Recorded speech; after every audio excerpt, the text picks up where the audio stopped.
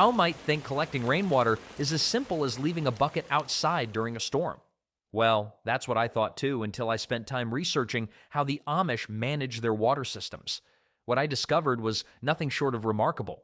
A typical Amish family of 6 collects around 1,200 gallons of rainwater annually, which is enough to fill about 24,000 water bottles.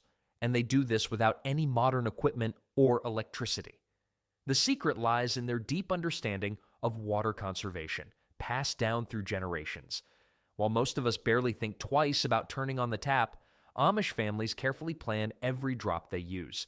Their water usage tells an interesting story. 30% goes to their livestock. Those horses need their share. 25% waters their bountiful gardens. 20% keeps their clothes clean. 15% handles general cleaning. And the remaining 10% is reserved for drinking and cooking. Here's something that might make you reconsider your next long shower. The average American household burns through about 300 gallons of water daily with all their modern plumbing. Meanwhile, Amish families thrive on just 60 to 70 gallons through careful conservation. My neighbor John recently installed a smart irrigation system for his lawn that uses more water in a day than an Amish family uses in a week. But this isn't just about using less water, it's about understanding water's true value. In Lancaster County, Pennsylvania, one Amish farmer told me, "Water isn't just something that comes from a pipe. It's a gift that needs respect." This perspective shapes everything about how they collect and use water. During my visit, I watched as his youngest son carefully cleaned leaves from their gutters, explaining that even a small blockage could waste precious rainfall. The Amish approach to water management is particularly impressive when you consider the challenges they face. Without electricity, they can't simply flip a switch to pump water whenever they need it. Instead, they've developed ingenious systems that work with nature rather than against it. They've turned limitations into advantages, creating water collection methods that are not only effective but also environmentally friendly. What's even more fascinating is how the system brings communities together. When one family's water supply runs low, neighbors step in to help. During a particularly dry summer, I witnessed 3 Amish families working together to optimize their collection systems, sharing knowledge and resources without hesitation. As one elder put it with a twinkle in his eye, "God sends the rain to everyone. It's up to us to catch it wisely." Their methods might seem old-fashioned to some, but there's nothing outdated about their results. These systems have proven themselves through droughts, storms, and even climate changes. Modern environmentalists are increasingly looking to Amish water conservation techniques for inspiration. After all, there's something powerful about a system that sustained communities for generations without harming the environment. The ingenuity starts right at home, with every part of an Amish house designed to make the most of nature's gift of water. Roofs are the unsung heroes of Amish water collection. Unlike modern asphalt shingles that soak up about 10% of rainfall like a sponge at a pool party, these surfaces send every precious drop exactly where it needs to go. Last summer, I watched an Amish farmer named Jacob replace his old roof. He laughed when I asked about modern roofing materials. "The old ways work best," he said, tapping the metal sheet. "This roof will outlive me and probably my children too." The secret lies in the pitch. That's the fancy word for how steep the roof is. Most Amish homes sport a 45-degree angle, which might look like they're trying to build a mini mountain, but there's solid science behind it. Water runs down faster on steeper surfaces, giving it less time to evaporate or get blown away by wind. One Amish builder told me they lose less than 2% of rainfall to evaporation, compared to up to 20% on standard suburban roofs. "We're not trying to give the water time to admire the view," he joked while showing me his latest project. "The material choice isn't just about tradition either. Modern studies have shown that metal roofs in Amish communities last an average of 60 to 70 years, compared to the 20 to 30-year lifespan of typical asphalt shingles. They also maintain their water-shedding efficiency throughout their entire lifetime, unlike other materials that become more absorbent as they age. But the real genius comes from those thin strips of copper and zinc running along the roof peaks. They're like bouncers at a nightclub, except instead of keeping out rowdy partygoers, they prevent algae from setting up shop. When it rains, tiny particles of these metals wash down with the water, naturally keeping the whole roof clean. It's nature's own cleaning service, working 24/7 without a single coffee break or paycheck. These strips typically release just enough metals to prevent growth, but not enough to affect water quality. About 0.0002% concentration, well below any concerning levels. The gutters are another story entirely. In most Amish communities, gutter cleaning isn't just a chore. It's practically a family tradition. Kids learn early that clean gutters mean clean water, and there's usually some good-natured competition involved. I once saw two brothers racing to clear their sides of the house, with their father timing them. The winner got first dibs on fresh-baked cookies that evening. Now that's what I call motivation. Speaking of gutters, some Amish communities still use wooden ones. Yes, you heard that right. Wooden gutters. Before you dismiss this as old-fashioned stubbornness, consider this. These gutters, sealed with natural pine tar, can last for decades with proper maintenance. The pine tar doesn't just seal the wood, it also adds a slight antimicrobial effect that helps keep the water clean. Modern plastic gutters might be easier to install, but they'll need replacement long before these wooden warriors show their age. The entire roof system works like a well-orchestrated symphony. The metal sheets conduct water quickly and efficiently, the steep angle provides momentum. The copper and zinc keep things clean, and the gutters channel everything exactly where it needs to go. Each component plays its part perfectly, without any need for electricity or modern technology. During heavy rainfall, these systems can handle up to 12 gallons per minute without overflow. That's like running 6 garden hoses at full blast. Here's a fact that surprised me. A typical Amish roof of 2,000 square feet can collect about 1,250 gallons of water from just 1 inch of rainfall. That's enough to fill a small swimming pool. But unlike a swimming pool, this water isn't just sitting around waiting for someone to do a cannonball. Every drop has a purpose, and the Amish have figured out exactly where to store it all. The maintenance schedule is equally impressive. Every spring and fall, the entire roof system gets a thorough inspection. Loose panels are tightened, seals are checked, and gutters are deep cleaned. This systematic approach means most Amish roof systems operate at peak efficiency for decades, while many modern homes struggle with leaks and repairs every few years. The clever design doesn't stop at collection. Every Amish home needs a way to store all this water. That's where things get really interesting, as they've developed storage solutions that would make any engineer scratch their head in admiration. Deep under the ground, something remarkable awaits. Beneath every Amish farm lies a marvel of engineering that most people will never see: the cistern. These underground chambers typically hold between 1,500 to 2,000 gallons of water, which is roughly equivalent to 40 bathtubs. But calling them simply underground tanks would be like calling the Grand Canyon just a big hole in the ground. The construction of these cisterns is where things get fascinating. Each one is hand-dug using techniques that haven't changed much since the 1800s. I recently watched an Amish family dig a new cistern, and let me tell you, it's quite the family affair. The father marked out a perfect circle while his teenage sons started the excavation. "My great-grandfather dug his cistern with the same type of shovel," he told me, patting a worn wooden handle.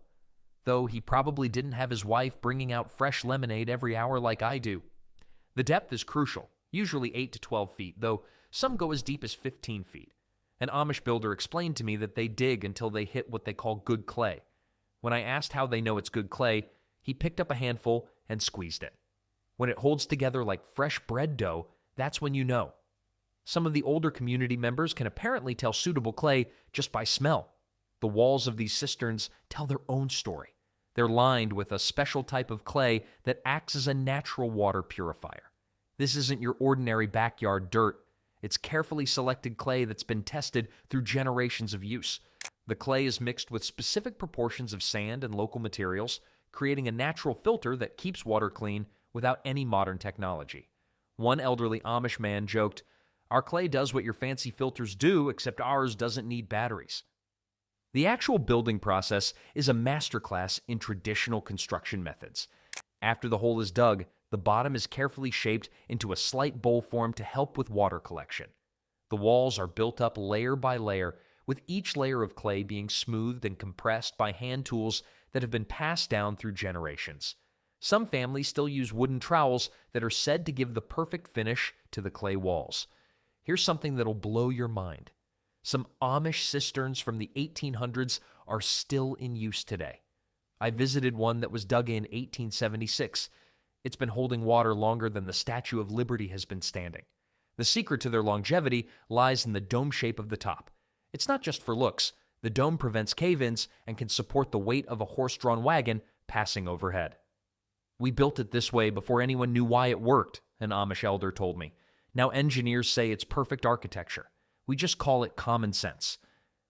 The location of each cistern is chosen with incredible precision. They use the natural ground elevation to create water pressure. No pumps needed. Every foot of elevation creates water pressure that helps move water throughout the property. One farmer showed me how they position their cistern so that water flows naturally to their barn, house, and garden. "Gravity is free," he said with a smile, "and it never takes a day off." Maintenance is another aspect where Amish ingenuity shines. They've developed a yearly cleaning routine that keeps these underground chambers in perfect working order. The timing is planned around the harvest schedule, usually in early spring before the heavy rains come. The whole community often helps out, turning what could be a tedious chore into something of a social event. Last spring, I watched as 3 generations worked together to clean out their family cistern. The grandfather supervised from his rocking chair, calling out advice and old stories in equal measure. These cisterns also include clever overflow systems to handle excess water during heavy rains. Small channels are built into the upper portions of the cistern, directing any overflow water to nearby gardens or fields. Nothing goes to waste in these systems. Even the overflow serves a purpose in nourishing the land. While modern homes rely on complex pumping systems and electric sensors, these traditional cisterns operate purely on principles of physics and careful design. But sometimes, even a 2,000-gallon cistern isn't enough to meet all of a farm's needs. That's where another clever storage solution comes into play. One that sits above ground and has become just as iconic as the cisterns below. Ever wondered what happens to maple syrup barrels after the last drop of syrup is gone? In Amish communities, they get a second life as rain barrels. These aren't your typical garden store rain barrels. They're food-grade wooden vessels that once held the sweetest maple syrup in Pennsylvania. From sweetness to survival, a typical Amish rain barrel system consists of 4 to 6 interconnected barrels, strategically placed around the property.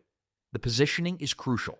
Each barrel sits on a carefully constructed wooden platform, elevating it just enough to create natural water pressure. An Amish farmer named Eli showed me his system, which he built entirely from reclaimed barnwood. "The platforms need to be strong," he explained, patting one of the supports. "A full barrel weighs as much as a small horse." One clever feature that caught my attention was the first flush diverter system. The first few minutes of rainfall, which typically contain the most dust and debris from the roof, get diverted away from the main collection. It's like having a bouncer who keeps out the troublemakers at the start of the party. The Amish didn't invent this system, but they've perfected it using nothing but gravity and some wooden channels. Mosquitoes could be a real problem with any standing water, but the Amish have figured out an all-natural solution. They use cedar oil, which naturally repels insects without affecting water quality. One family I visited takes it a step further by keeping small fish in their barrels during summer months. "The fish eat the mosquito larvae," the mother explained, "and later they feed our garden." Talk about a win-win situation. The overflow system is another example of brilliant design. When one barrel fills up, the excess water flows through wooden channels to the next barrel in line. If all barrels are full, the overflow is directed to nearby gardens through a series of shallow trenches. An Amish farmer joked that his tomatoes never know if they're getting water from the sky or his barrel system. And they don't seem to care either way. Winter brings its own challenges, but the Amish have that figured out too. They insulate their barrels with thick layers of straw, secured with handmade rope. The straw comes from their own fields, and the rope is often made from plants they've grown themselves. One elderly Amish man demonstrated how they wrap the barrels, moving with surprising agility for his age. "We used to use old blankets," he chuckled, "until we realized the horses were getting jealous of the barrels staying warmer than them." The maintenance routine for these barrels follows the rhythms of nature. In spring, they're thoroughly cleaned and checked for any winter damage. Summer sees regular monitoring of water levels and quality. Fall brings preparation for winter, and winter itself is when most repair work happens. Each season has its tasks, all carefully planned to keep the system running smoothly. But perhaps the most impressive aspect is how these barrels connect to the larger water system. Through a series of wooden gutters and channels, water can be directed wherever it's needed most, from watering gardens to filling animal troughs. The entire system operates without a single pump or electronic component, proving that sometimes the old ways are the best ways. Of course, collecting water is only part of the challenge. The next crucial step is making sure it's clean and safe to use. The Amish have developed their own methods of purification that would surprise most modern water treatment experts, and it all starts with materials you can find right on the farm. The Amish approach to water filtration puts most modern systems to shame. While the rest of us rely on expensive filters and complex machinery, they've perfected a 3-stage system using materials found right on their farms. Nature provided everything we need to clean water, an Amish elder told me. We just had to pay attention to what worked. Layer 1 starts with clean river gravel, but not just any gravel. Each spring, families trek to specific spots along local rivers where generations of experience have shown the rocks are perfect for filtration. The gravel gets replaced every spring in a community event that's part work, part social gathering. Last year, I watched as children competed to find the prettiest filtering stones while their parents discussed which river bends produced the best gravel.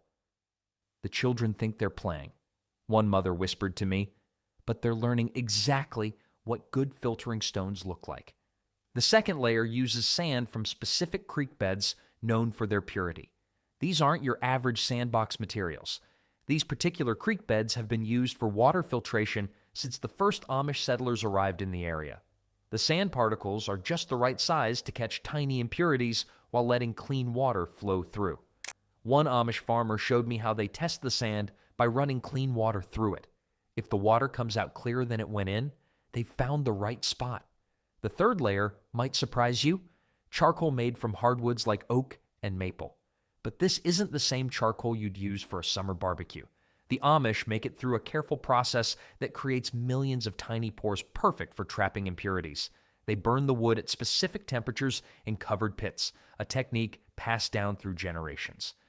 My grandfather could tell the charcoal was ready just by the smell of the smoke, one Amish man told me. I had to learn the hard way, by making a few batches that were only good for cooking hot dogs. What makes this system truly remarkable is how the layers work together. Each one targets different types of impurities, creating water that's often cleaner than what comes out of city taps. The Amish have even developed their own testing methods using certain plants that change color when they detect impurities. We had water testing before scientists invented water testing, one elder joked. We just use flowers instead of fancy machines. For drinking water, they add one more step: filtering through carefully cleaned cheesecloth. This final stage catches any remaining particles, but there's a twist. The cheesecloth must come from their own sheep's wool, processed and woven by hand. The tight weave of hand-processed wool creates an incredibly effective final filter. The maintenance schedule follows the phases of the moon, a tradition that might seem odd until you understand the logic behind it. The moon's gravitational pull affects water flow, making certain times better for cleaning and replacing filter materials. People think we're being superstitious, an Amish farmer told me with a knowing smile. But try cleaning your filter during a full moon. The water runs clearer every time. These natural indicators of water quality have proven remarkably reliable. Certain plants placed near the filtration system will wilt if the water contains too many minerals. Other plants change color if the pH balance is off. It's like having a living water testing lab right in your backyard. One family keeps a small patch of these indicator plants near their filtration system, arranged in what looks like a decorative garden, but actually serves as a sophisticated monitoring system. While this natural filtration system handles most of their water needs beautifully, the Amish know better than to rely on just one source. That's why every community also maintains another crucial water source, one that reaches deep into the earth itself. Deep beneath the peaceful Amish farmland lies another crucial water source: the well. Most Amish wells plunge between 75 and 100 feet into the earth, reaching down to ancient aquifers that have supplied fresh water for centuries. These aren't your typical backyard wells with electric pumps and modern equipment. Instead, they're marvels of human-powered engineering that can draw up to 7 gallons per minute using nothing but good old-fashioned arm strength. The hand-powered pump systems might look simple, but they represent generations of refined design. Each pump handle is carefully balanced, not too heavy that a child couldn't use it in an emergency, but not so light that it loses pumping efficiency. The perfect handle weight, one Amish carpenter told me while patting his well pump, is about the same as a newborn calf. Though the calf usually squirms more than the handle, larger Amish farms often feature backup windmill pumps, which look like they've jumped straight out of an old Western movie. These windmills can pump water even when everyone's asleep or busy with harvest. One farmer showed me his restored 1890s windmill that still works perfectly. "The wind never sends us a bill," he said with a grin, though sometimes it does take unexpected breaks. The engineering behind these windmills is fascinating. The blades are carefully angled to catch even the slightest breeze, and the gearing system multiplies the wind's force to drive the pump mechanism deep below ground. Each windmill can lift water from depths of up to 130 feet, nearly twice the depth of most hand-pumped wells.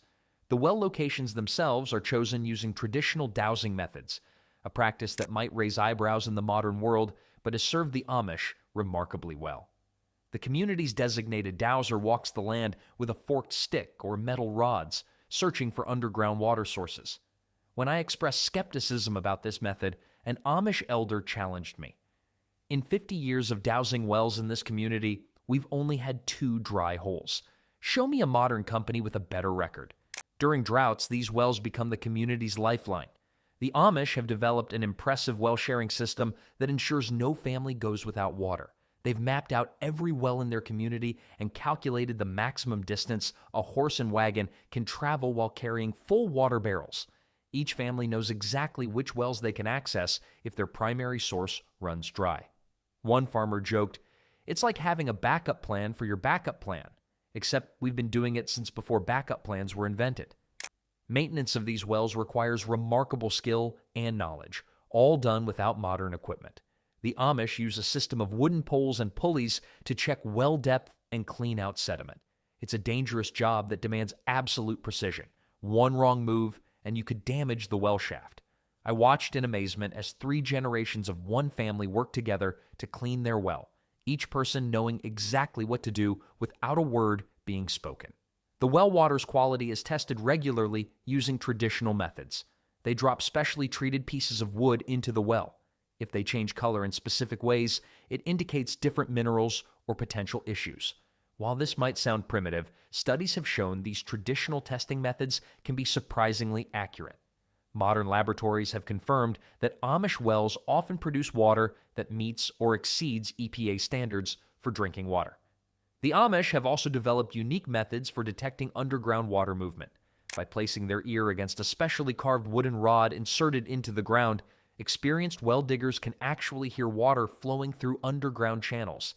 This technique helps them determine not just the presence of water, but also its approximate depth and volume. Some wells in Amish country have been providing water continuously since the Civil War era. These ancient wells are treated with almost religious reverence, their locations and maintenance records carefully preserved in family Bibles. When an old well needs repairs, the entire community gathers to help, turning the work into a celebration of their heritage and self-sufficiency. The Amish have even figured out how to harness natural elevation changes to move this well water exactly where they need it. It's an ingenious system that works without a single electrical pump, proving that sometimes the simplest solution is also the most elegant. Money might make the world go round, but gravity makes Amish water flow. By carefully using the natural slopes of their land, Amish families save around $800 yearly compared to homes with electric pumps. One Amish farmer laughed when I mentioned modern pumping systems. "Why pay for something that nature gives us for free?" The science behind their gravity-fed systems is simple. Water naturally flows downhill, and the higher up you store it, the more pressure you get. For example, if you place a water tank on a hill that's 20 feet above your house, you'll get plenty of pressure for your faucets to work well, about the same pressure as a typical city water system. The Amish have mastered this natural approach, creating networks of pipes and storage containers at different heights across their property. "It's like a water staircase," explained one Amish builder, "except the water only walks downstairs, never up." Food-grade materials form the backbone of their distribution system. The pipes are carefully selected to ensure no harmful chemicals leach into the water.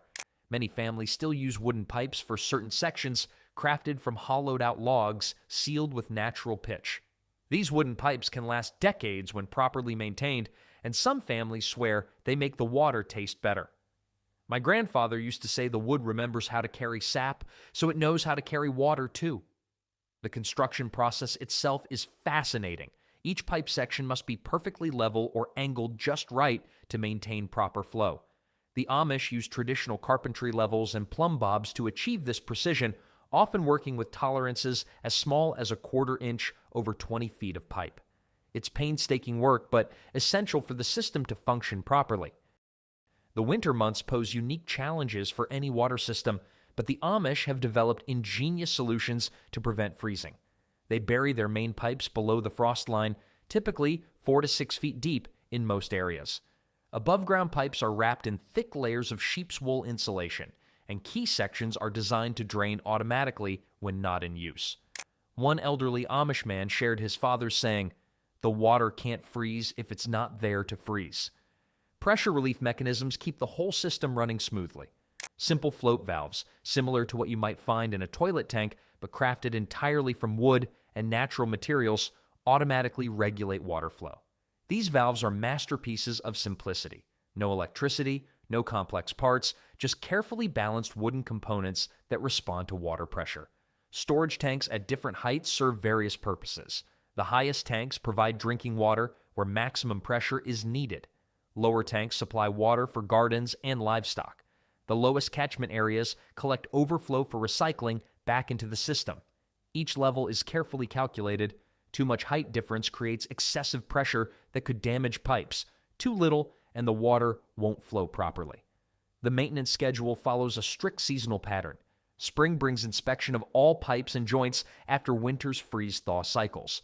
Summer requires regular cleaning of storage tanks and adjustment of flow rates for increased water usage. Fall is the time for system-wide pressure testing and repair work. Winter demands constant monitoring of freeze protection measures. The entire network requires regular monitoring, but not in the way you might expect. Instead of gauges and meters, the Amish use simple wooden floats painted with different colors. A quick glance at these floats tells them everything they need to know about water levels and flow rates throughout the system. "Our monitoring system never needs new batteries," one farmer quipped. "Just a fresh coat of paint every few years." What's truly remarkable is how this system adapts to changing needs. When a family needs more water pressure for a specific task, they don't install a pump. They simply add an elevated storage container. The whole community often helps with these additions, turning them into social events. During one such gathering, I watched as an entire storage platform was raised in less than a day, complete with a celebratory meal afterward. This gravity-fed approach does more than just save money. It creates a deep connection between the community and their water supply. Every family knows exactly where their water comes from and how it gets to them. But it's not just about moving water from point A to point B. The real question is, what happens when this water reaches your glass? The answer reveals another fascinating aspect of Amish water management. Fresh spring water tops the list of preferred drinking sources in Amish communities. Every week, families make trips to community springs that have served their settlements for generations. These aren't just any springs. They're carefully selected sources that have passed decades of traditional testing methods. City folk think water should taste like nothing, an Amish elder told me during a spring water collection trip. But real water has a story to tell with every sip. The weekly spring water collection has become something of a social event in many communities. Families coordinate their trips, sharing both the work and the latest community news. Young couples often handle the water collection together. It's become such a common courting activity that some Amish jokingly call it spring dating. One grandmother told me with a laugh, "Half the marriages in our community started with two young people arguing over who got to fill their jug first. Each spring has its own collection protocol. Families must wait their turn, and there's a proper way to fill containers that minimizes disturbance to the spring bed. The most experienced collectors can fill a 5-gallon jug without stirring up a single grain of sand. It's a skill that takes years to perfect, and older community members often spend time teaching younger ones the proper technique. When spring water isn't available, well water serves as the backup drinking source. Amish wells tap into deep aquifers that naturally filter water through layers of rock and sand. Each family knows exactly which wells provide the best drinking water, knowledge passed down through generations. Some wells have gained quite a reputation, like the Sweetwater well in one community that people swear makes the best coffee in 3 counties. For cooking, filtered rainwater often does the job perfectly well. The Amish have discovered that certain dishes actually taste better when made with rainwater. Bread, in particular, seems to rise better with it. An Amish baker shared her secret. Rainwater is softer than well water. It makes the bread fluffier. My mother-in-law wouldn't believe me until I made 2 loaves side by side. Summer brings special challenges for drinking water storage. The Amish have developed clever cooling systems using underground storage rooms called water cellars. These naturally cooled spaces keep drinking water at a refreshing temperature without any electricity. They're built with special ventilation shafts that create a natural flow of cool air. Nature's refrigerator, one farmer called it, and it never sends us a power bill. The water testing methods passed down through generations might sound simple, but they're surprisingly effective. Clear glass jars of water are left in sunlight for a day. If any algae grows, the water needs more filtering. They also use silver coins. If a coin at the bottom of a water jar tarnishes quickly, it might indicate sulfur content. One elder demonstrated these tests for me, joking that their method was cheaper than those fancy testing kits, and we don't have to read any tiny print. Different water sources serve different purposes throughout the day. Morning drinking water typically comes from springs, while afternoon tea might use filtered rainwater.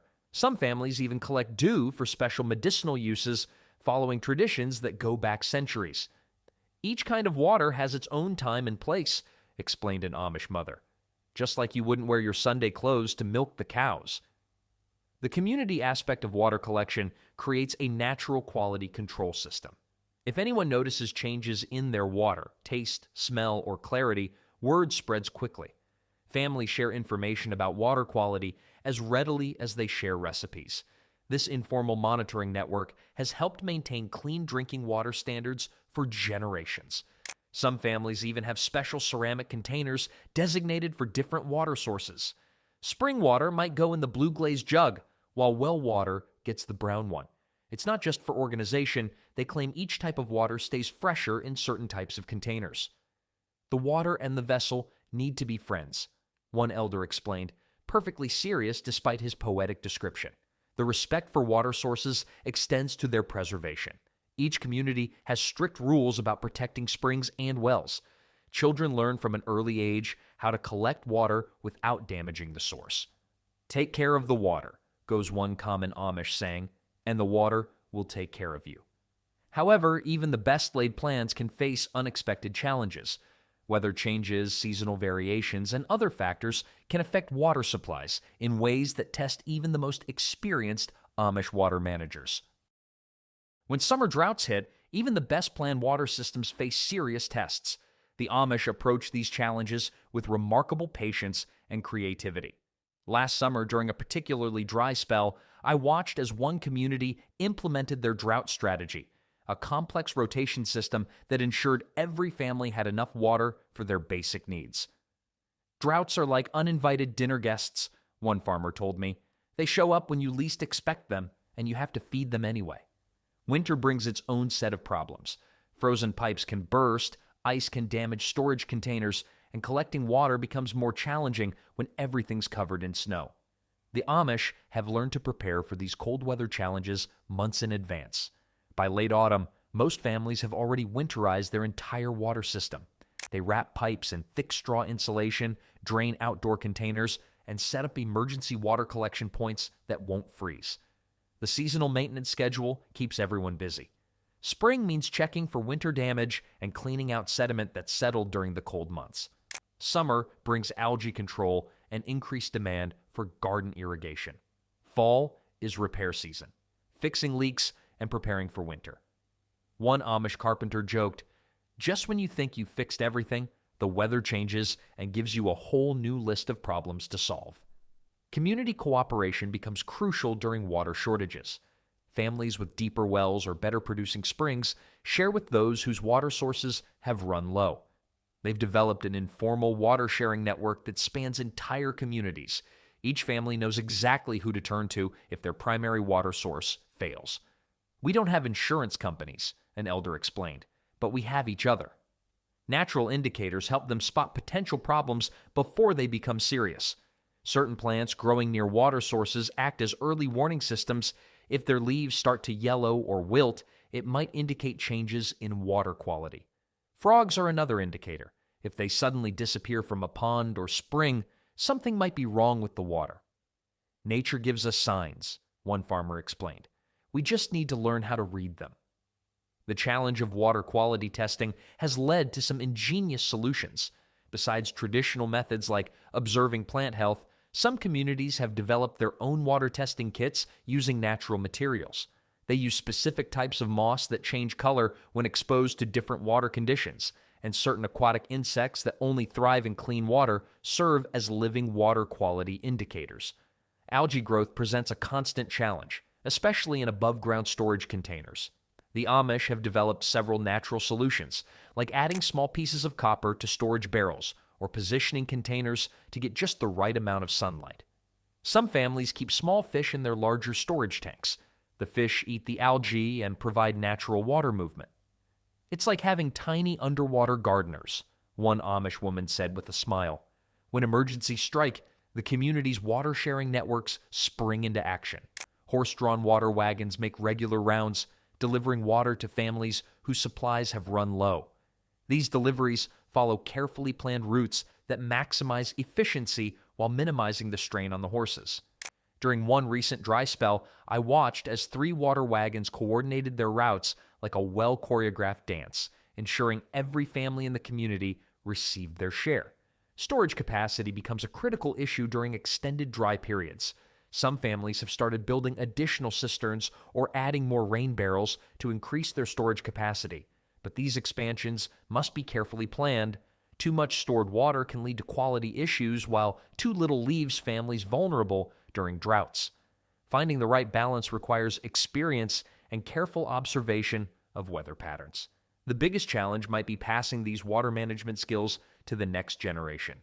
Young people need to learn not just the practical aspects of water collection and storage, but also the subtle signs that indicate potential problems. Teaching these skills requires patience and hands-on experience. "You can't learn water wisdom from a book," one elder told me. "You have to live it." Through generations of trial and error, success and failure, the Amish have created a water management system that works in harmony with nature. It's a testament to the power of community, ingenuity, and tradition, proving that sometimes the simplest solutions are the most sustainable.